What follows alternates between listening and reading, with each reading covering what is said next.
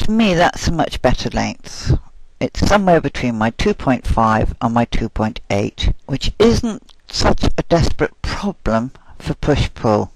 I won't get the nice shiny effect because the stitches won't be long enough to reflect enough light to make them look long.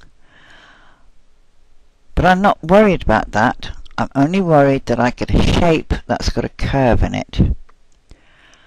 So let's take a quick look at that in 1:1.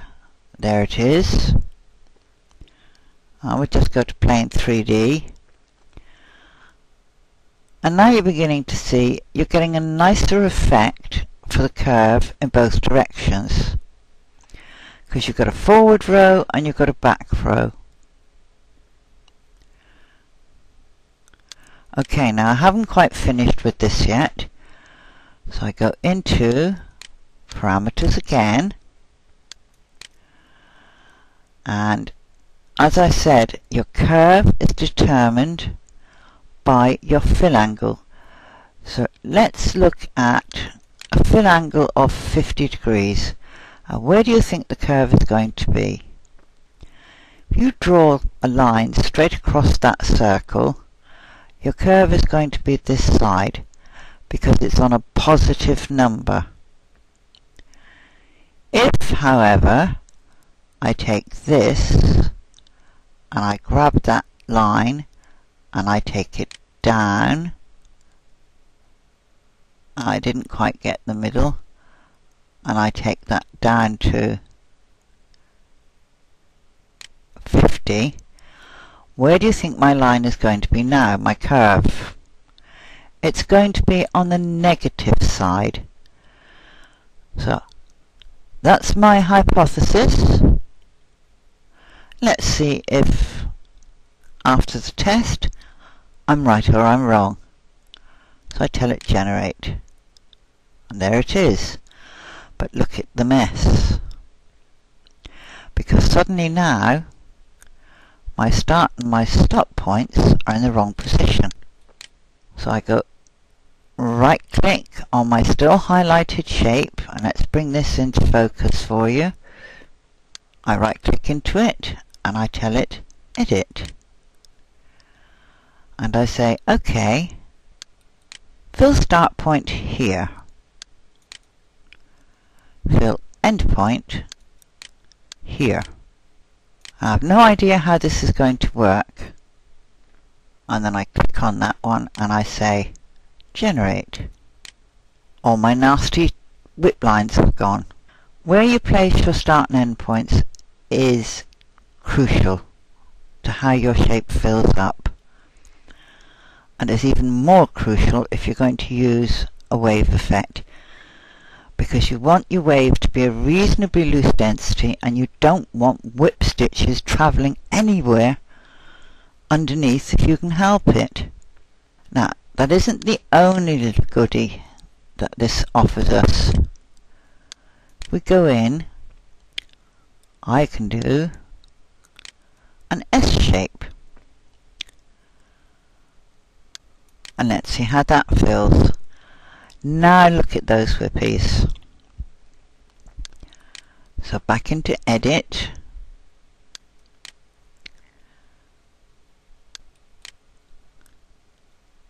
Fill start point here. And let's put the fill end point back down here. I have no idea if this is going to work. Generate. Right. There is my S shape. Not a very good S shape, but it is there. The only whippy I've got is this one. I've got no untidy travel lines. So play around with the wave effect. I would be very, very wary about playing with things like barrel. Let me show you contour. Generate. It's not bad. In such a small shape as this, it's actually very heavily confined. Let's just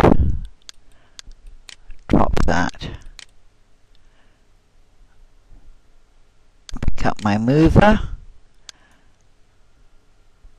plonk that in the middle, transform, and transformation window.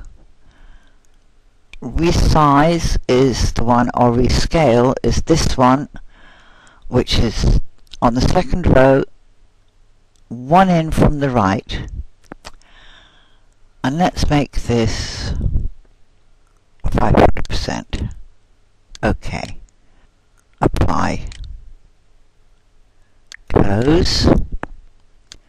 Right click into it, tell it generate. Now,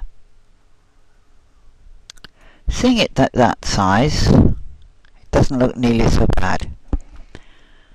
We're going to use things like the effects. Try not to use them on too small a shape. So let's look at that in 3D. The only thing is you do get this seamed effect. Not something I particularly want to see. And you can see it builds it up in, can you see that? Quarters. So even though you've made a sort of circular shape,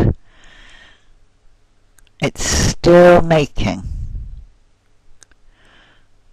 an angular shape for you.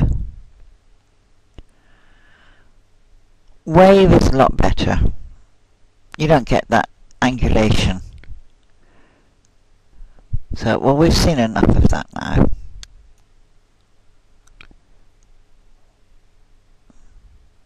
And if you've not used your Stitch Simulator in Studio, shame on you. It's a lovely tool. Okay. Now, I'm going to close this video because I think I've jabbered on long enough and I've still got a lot of videos to get made.